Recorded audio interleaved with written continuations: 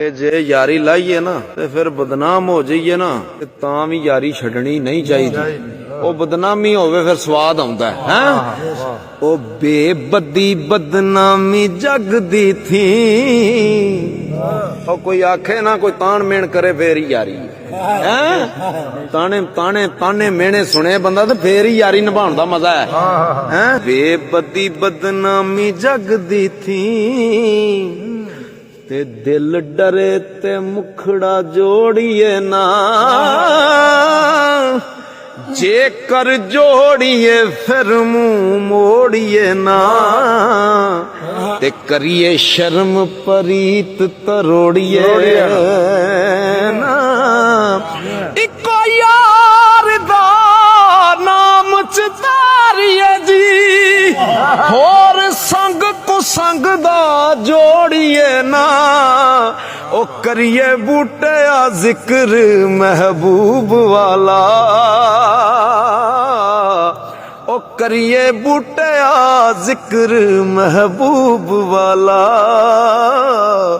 ਗਾਫਲ ਹੋ ਕੇ ਉਮਰ ਨ ਖੋੜੀਏ ਨਾ।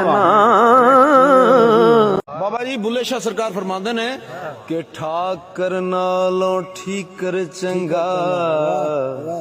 ਜੈ ਵਿੱਚ ਪਾਣੀ ਪੀਵਣ ਕੁੱਤੇ। ਖੱਤਰੀ ਨਾਲੋਂ ਚਮਿਆਰ ਹੈ ਚੰਗਾ। ਉਹ ਜਿਹੜਾ ਪੈਰੀ ਪਵਾਵੇ ਜੁੱਤੇ। ਤੇ ਮੁੱਲਾ ਨਾਲੋਂ ਕੁੱਕੜ ਚੰਗਾ।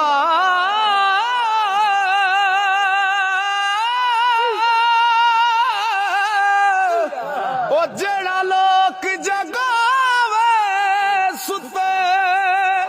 ਬੁੱਲੇ ਸ਼ਾਹ ਤੂੰ ਵੀ ਯਾਰ ਮਨਾ ਲੈ। ਮੈਂ ਤੇ ਬਾਜ਼ੀ ਲੈ ਗਏ ਕੁੱਤੇ। ਬੁੱਲੇ ਸ਼ਾਹ ਤੂੰ ਵੀ ਯਾਰ ਮਨਾ ਲੈ। ਮੈਂ ਤੇ ਬਾਜ਼ੀ ਲੈ ਗਏ ਕੁੱਤੇ।